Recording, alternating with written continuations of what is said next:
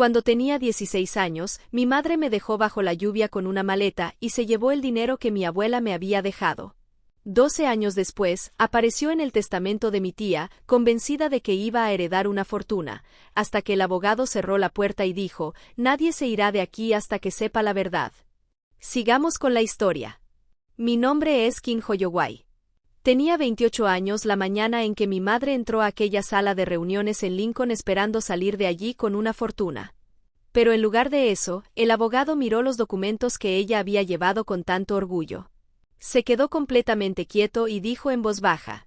Lo siento, pero esto no puede estar bien. Mi madre ni siquiera se sorprendió.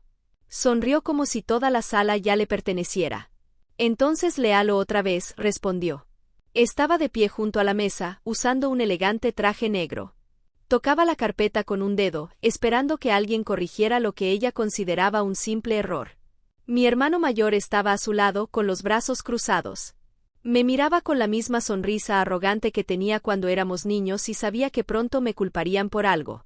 Yo me quité el abrigo sin decir una palabra y me senté frente a ellos. El abogado tomó el sobresellado que estaba sobre la mesa. Luego miró otra carpeta. Tenía el nombre de mi madre. Ella notó mi mirada. Esa mujer te puso en mi contra, dijo con frialdad. Pero no vamos a cambiar la historia. Irene era mi hermana antes de convertirse en tu madre sustituta. Me incliné hacia adelante. Será mejor que te sientes, le dije tranquilamente, antes de avergonzarte más. Sus ojos se estrecharon. No tienes derecho a callarme en mi propia familia. La miré directamente. Esto dejó de ser tu familia la noche en que me dejaste en el porche de la casa de la tía Irene. La sala quedó completamente en silencio. Mi madre dio un paso hacia mí. Entonces el abogado cerró la puerta con llave. Nadie va a salir de esta sala hasta que les explique por qué estos documentos no pueden ser auténticos. El sonido de la cerradura hizo que mi madre perdiera su seguridad por primera vez. Porque en ese instante entendí que todo lo que ella había creído durante los últimos 12 años estaba a punto de derrumbarse. Pero para entender cómo llegamos hasta allí, tengo que regresar 12 años atrás. Tenía 16 años. Era una fría noche de octubre en un tranquilo suburbio de Lincoln. Yo estaba en la cocina de la casa que todavía consideraba mi hogar. Tenía en las manos un estado de cuenta bancaria. El saldo decía 0. La cuenta había sido abierta por mi abuela antes de morir. Ella había dejado ese dinero para mis estudios y para que algún día pudiera tener un lugar donde vivir. 3 días antes, el dinero seguía allí. Ahora había desaparecido. Entré a la sala. Mi madre, Beatrice Hoyoway, estaba sentada en el sofá tomando una copa de vino. Mi padre, Travis Hoyoway, estaba junto a la ventana de espaldas. Mi hermano menor, Cameron, estaba arriba viendo televisión. Mamá, dije, ¿qué pasó con la cuenta que dejó la abuela? Mi madre levantó lentamente la mirada. ¿Revisaste mis cosas? La cuenta estaba a mi nombre. La abuela me la dejó. Mi madre dejó la copa sobre la mesa.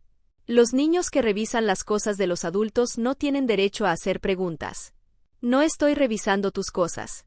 Solo quiero saber por qué desapareció el dinero. Ella se levantó. Has hecho que esta casa sea insoportable. Cuestionas todo. Siempre estás buscando problemas. No hice nada malo.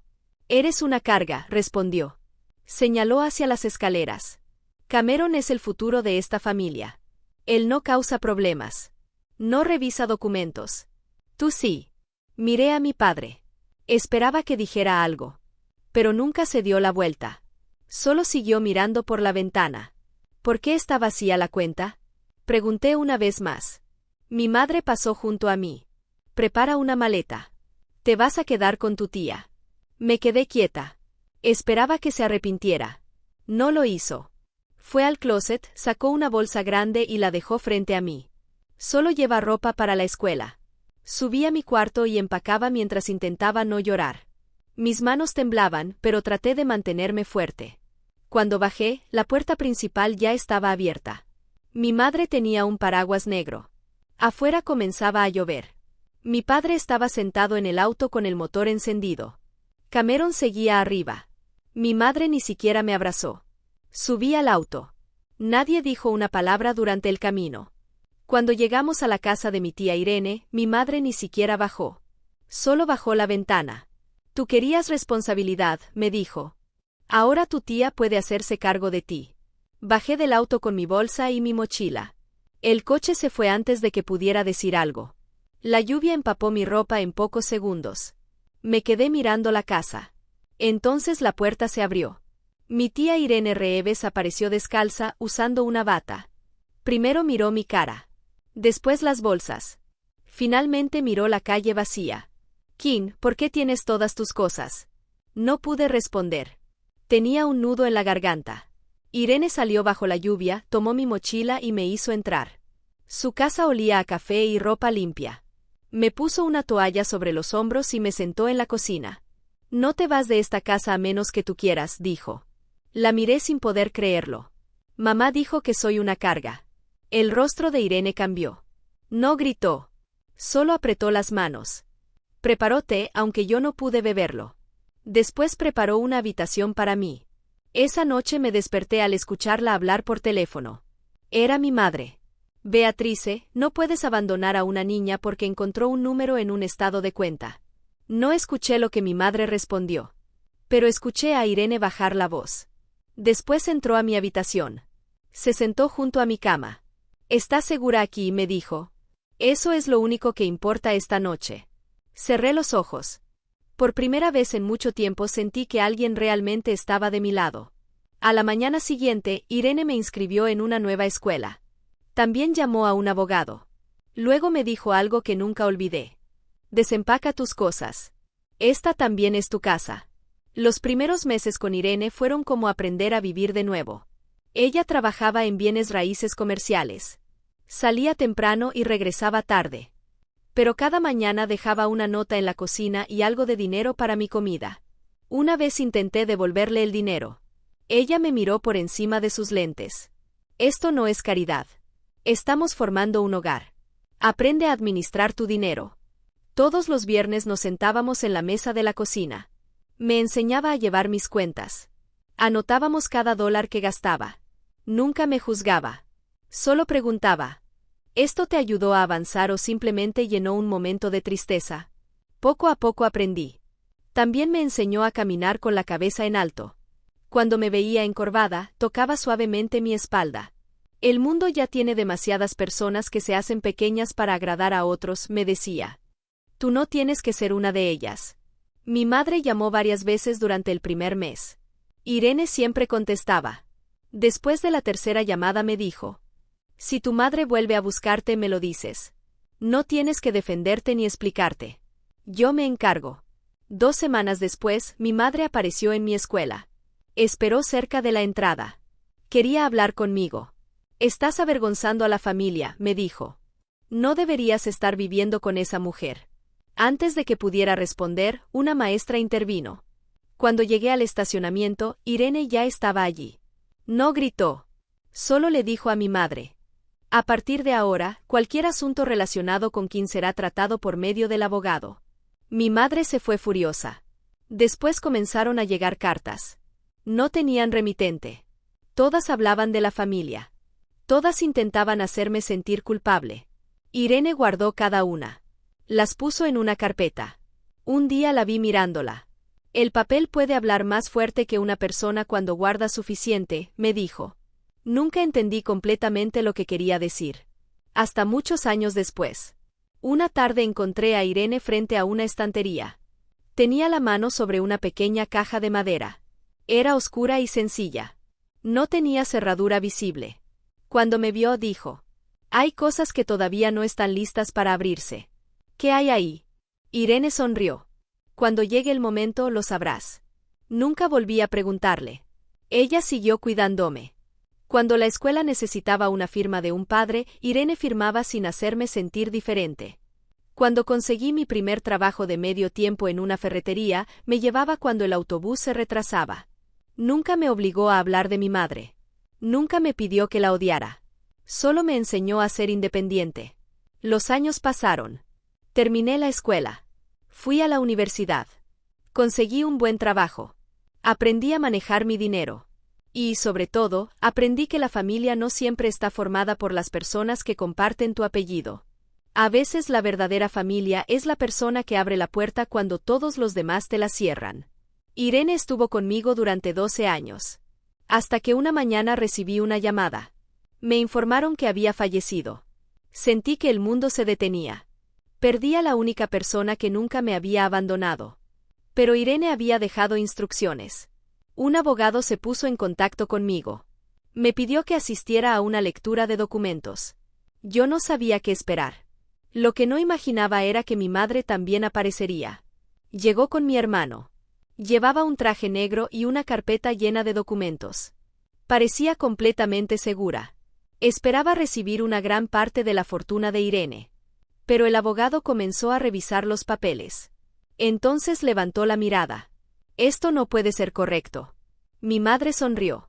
Léalo otra vez. El abogado abrió una segunda carpeta. Era la que llevaba el nombre de Beatrice Holloway. Entonces cerró la puerta con llave. Nadie se va hasta que explique lo que está pasando. Mi madre dejó de sonreír. Yo miré el sobre que Irene había dejado. Y comprendí algo. Aquella pequeña caja de madera que había visto 12 años atrás finalmente estaba a punto de abrirse. Y dentro de ella estaba la verdad que mi madre había intentado esconder durante todos esos años. La verdad sobre el dinero de mi abuela. La verdad sobre por qué mi madre me había abandonado. Y la razón por la que ella había llegado aquella mañana esperando quedarse con una fortuna. Pero Irene había pensado en todo. Y esta vez mi madre no podía escapar. Los domingos, Irene caminaba conmigo por el vecindario. Me señalaba las casas con buenos cimientos y aquellas que solo parecían fuertes desde la calle. Al terminar mi primer año con ella, dejé de sobresaltarme cuando sonaba el teléfono. También dejé de mirar por la ventana esperando ver el auto de mi madre. Todavía no entendía todo lo que Irene había sacrificado al abrirme la puerta, pero ya conocía la verdadera sensación de estar a salvo. La seguridad no era ruidosa. No exigía agradecimiento constante. Simplemente permanecía allí hasta que una persona volvía a sentirse fuerte. La última noche de aquel año, Irene y yo nos sentamos en los escalones traseros. Me entregó un pequeño sobre con mi nombre. Dentro había una llave de la casa y una nota.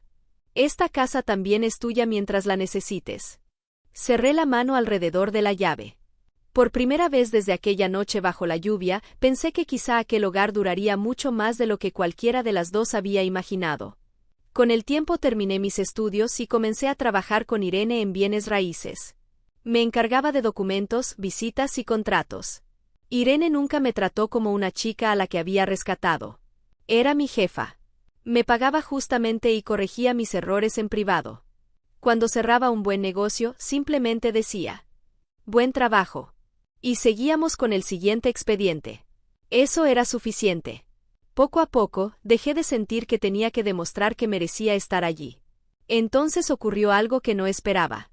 Durante el otoño, Irene organizó un evento para presentar uno de sus nuevos proyectos inmobiliarios. Había inversionistas, vecinos y algunos funcionarios de la ciudad. Yo estaba junto a la entrada revisando la lista de invitados. Todo iba perfectamente. Hasta que levanté la mirada. Mi madre y Cameron acababan de entrar. No estaban invitados. Mi madre llevaba un vestido carísimo y caminaba como si el lugar le perteneciera. Cameron iba detrás de ella. Cuando Irene los vio, no perdió la calma.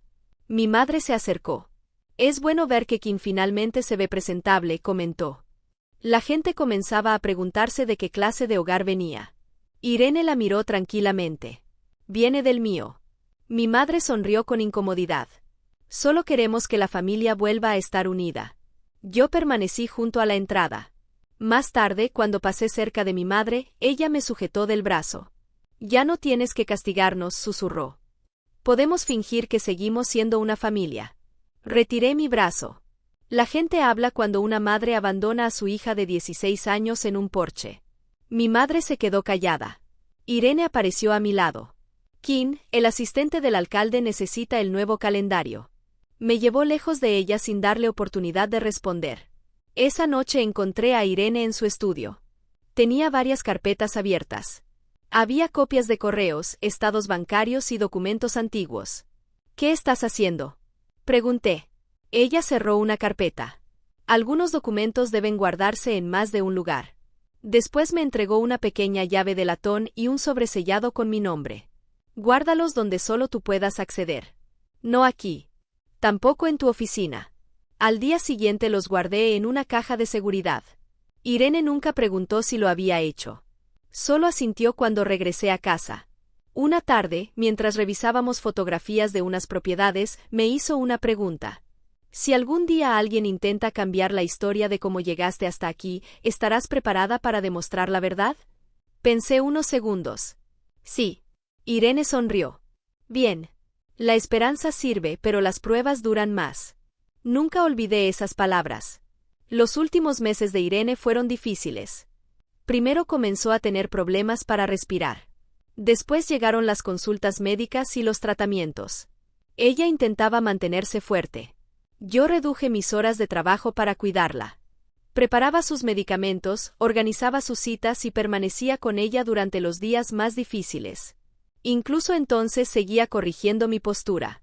Mantenerte derecha no es solo para los días buenos, me dijo una vez. Durante el 6º mes, sus manos comenzaron a temblar. Un día me pidió que sacara de la caja de seguridad el sobresellado y la llave de latón. Los puse sobre sus piernas. Ella sostuvo el sobre durante varios segundos. Luego me miró. Cuando vengan a reclamar lo que creen que les pertenece, abre esto frente a todos. ¿Por qué? No antes. No a solas.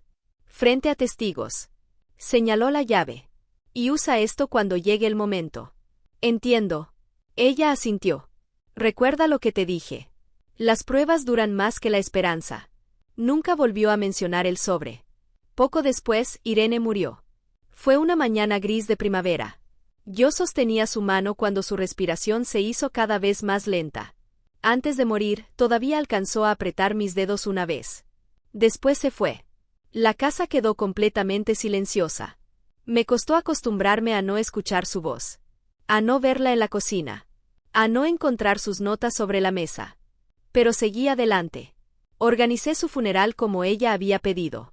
Fue una ceremonia pequeña. Algunos compañeros de trabajo asistieron. También algunos vecinos. Mi madre y Cameron no fueron invitados. Un mes después, llegó el momento de leer el testamento. Llegué temprano al despacho del abogado. La sala estaba llena de familiares. Entonces apareció mi madre con Cameron. Llevaba un elegante traje negro y una carpeta de cuero. Parecía completamente segura de sí misma. El abogado colocó sobre la mesa el testamento oficial y un sobresellado con la letra de Irene.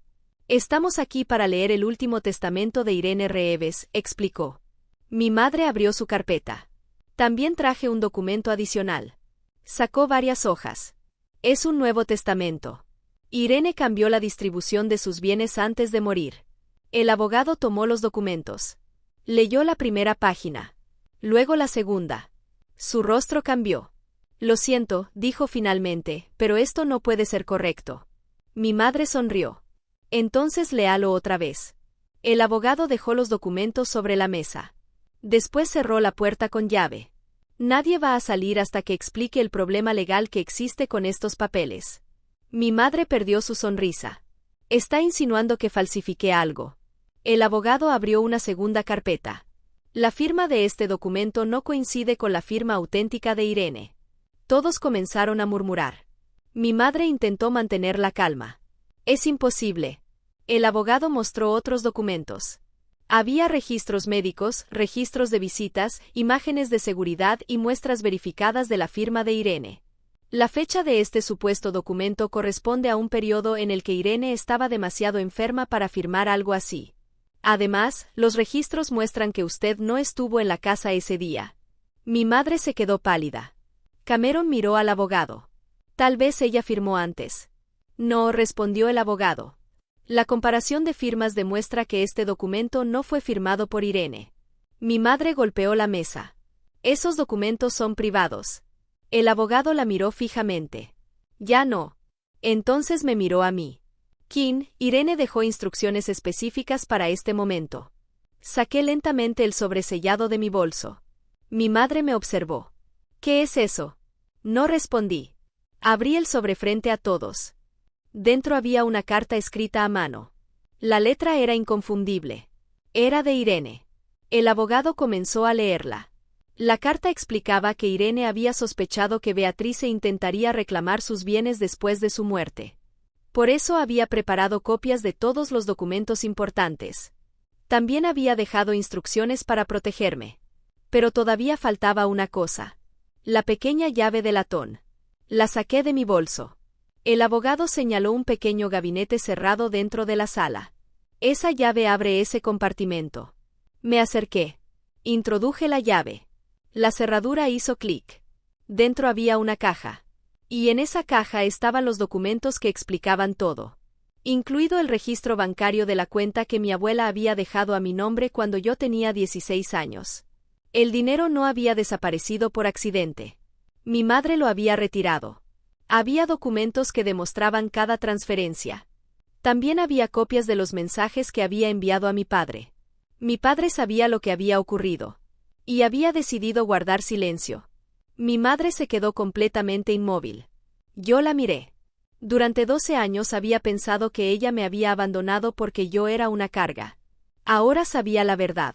No me había abandonado por falta de dinero. Me había echado porque había descubierto algo que ella quería mantener oculto. El abogado cerró la carpeta. La herencia permanece exactamente como Irene la dejó. La casa era mía. Sus propiedades eran mías. Sus inversiones también. Pero por primera vez no me importó la fortuna. Miré la carta de Irene. En la última línea había escrito: Kim, nunca permitas que nadie cambie la historia de lo que hiciste para sobrevivir. Tú no eres la niña que dejaron en aquel porche. Eres la mujer que se levantó después de que la dejaron allí. Levanté la mirada. Mi madre ya no sonreía. Por primera vez, ella no tenía nada que decir. Yo tampoco. No necesitaba hacerlo. Irene había dejado algo mucho más valioso que dinero. Había dejado pruebas. Y había dejado una vida en la que, finalmente, nadie podía volver a echarme de casa. El abogado Baster respondió con calma. Una vez que un documento se presenta dentro de un proceso de sucesión, todas las pruebas relacionadas pasan a formar parte del expediente. Saqué de mi bolso el sobrecolor crema que Irene me había entregado antes de morir.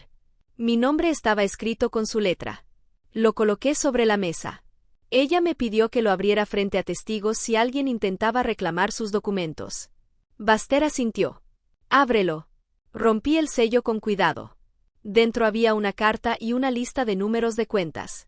La primera línea decía: Cuando vengan por los documentos, deja que pregunten frente a todos. La carta también indicaba exactamente qué carpetas debían buscar en el archivo. Mi madre se puso de pie. Esto es una actuación. Irene te puso en contra de tu propia familia. La miré sin levantar la voz. Tú me echaste de casa cuando tenía 16 años. Irene me recibió. Todo lo que ocurrió después fue decisión de ella y mía. Cameron intervino. No vinimos a pelear. Solo queremos lo que corresponde a la familia. Baster tomó el supuesto testamento adicional. Este documento será entregado al tribunal. La reunión ya no es una simple lectura del testamento. A partir de ahora comienza una investigación formal. Después abrió la puerta del archivo. Me pidió que lo acompañara. Los familiares guardaron silencio. Mi madre seguía de pie junto a la mesa. Yo tomé mi teléfono que todavía estaba grabando y seguí al abogado. El archivo era pequeño. Había estantes llenos de carpetas y una mesa bajo una luz blanca. Baster se puso unos guantes y tomó la primera carpeta. En la etiqueta decía: Cuenta original de la abuela. Abrió el expediente. Había estados de cuenta que mostraban cada movimiento del dinero que mi abuela había dejado para mí. El saldo final aparecía claramente. Después sacó una autorización de transferencia. Tenía la firma de mi madre. Baster colocó junto a ella la firma original de mi abuela. Estas firmas no coinciden, dijo. Mi madre dio un paso hacia adelante. Eso es antiguo. No tiene nada que ver con el testamento. Baster abrió la segunda carpeta. Documentos de préstamos. Dentro había garantías de préstamos que supuestamente llevaban la firma de Irene. Un perito había señalado las diferencias. La firma no era de Irene. Estos documentos fueron creados para ocultar problemas financieros, explicó Baster. Cuando Kim descubrió que su cuenta estaba vacía, fue enviada a casa de Irene para evitar que hiciera más preguntas. Cameron bajó la cabeza.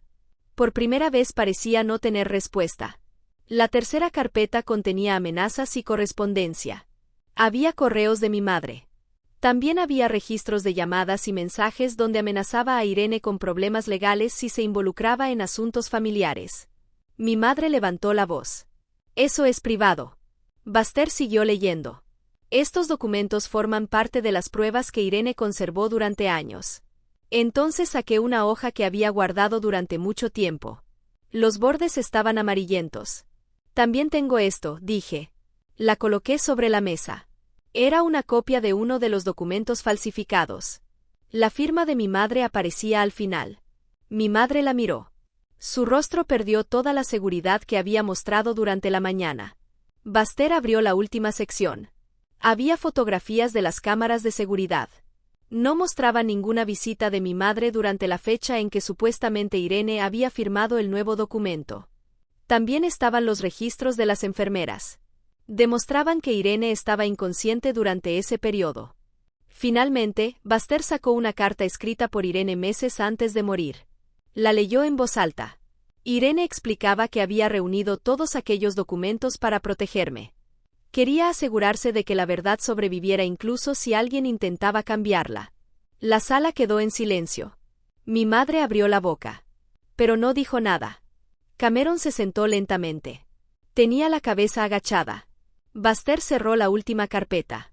El testamento válido de Irene deja a Beatrice y Travis Holloway sin herencia. Me miró.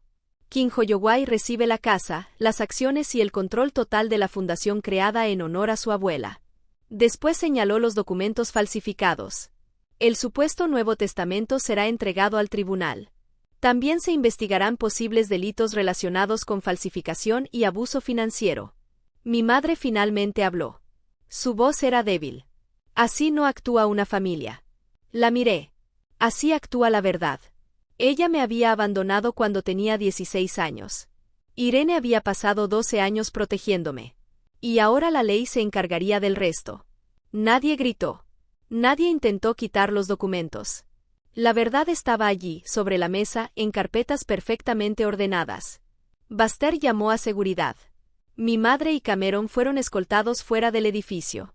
Yo me quedé en el archivo hasta que todas las pruebas fueron registradas. Mi teléfono había grabado todo. Irene ya no estaba allí para hablar. Pero su trabajo hablaba por ella. Durante los días siguientes, los familiares que alguna vez habían creído la versión de mi madre dejaron de llamarme. El tribunal recibió el expediente completo. La investigación comenzó oficialmente. El negocio de mi madre también comenzó a perder clientes. Algunas personas cancelaron contratos después de enterarse de la disputa por la herencia. La imagen perfecta que había construido durante años comenzó a desaparecer. Yo no seguí el caso de cerca. Baster me mantenía informada sobre las fechas y los documentos importantes. Mi madre intentó contactarme mediante un abogado. Ofreció llegar a un acuerdo privado para evitar más publicidad. Me negué. Cameron también me envió un mensaje. Quería hablar sobre lo ocurrido. No respondí. Bloqueé su número. No hubo una última pelea. No hubo gritos. Simplemente cerré esa puerta para siempre. La casa de Irene se convirtió en la sede de la fundación que ella había creado. Decidí utilizar la herencia para ayudar a adolescentes que, como yo, se encontraban sin un hogar seguro. La fundación comenzó a ofrecer vivienda, ayuda escolar, orientación y apoyo legal. La primera beca fue para una joven de 16 años que necesitaba un lugar donde vivir y continuar sus estudios. La fundación llevaba el nombre de Irene en cada documento.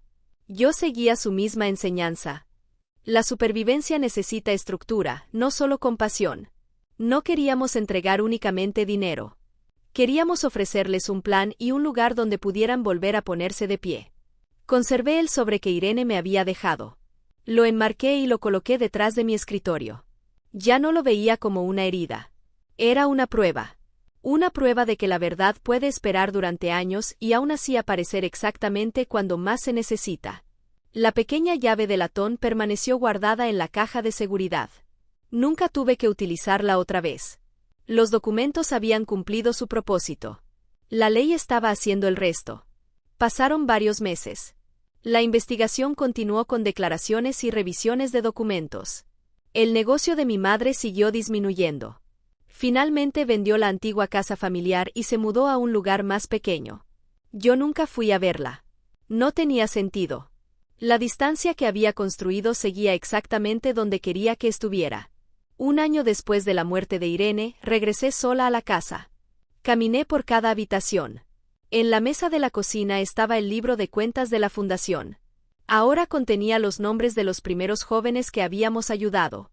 Salí a los escalones traseros. La luz de la tarde era igual a la de aquella noche en que Irene me recibió bajo la lluvia. Pensé en todo lo que había hecho por mí. Había gastado tiempo. Había sacrificado energía. Incluso había roto la relación con su propia hermana. Y nunca se arrepintió. Entonces entendí algo que Irene siempre había sabido. La familia no se decide por la sangre. Se decide por el amor, el sacrificio y las decisiones que tomamos por los demás. Irene me eligió cuando nadie más lo hizo. Yo elegí honrarla construyendo algo que pudiera sobrevivirnos a las dos. Me quedé unos minutos en silencio. Después entré a la casa y cerré la puerta. Apagué las luces. La casa estaba tranquila. Pero ya no estaba vacía. Estaba llena del tipo de familia que realmente permanece.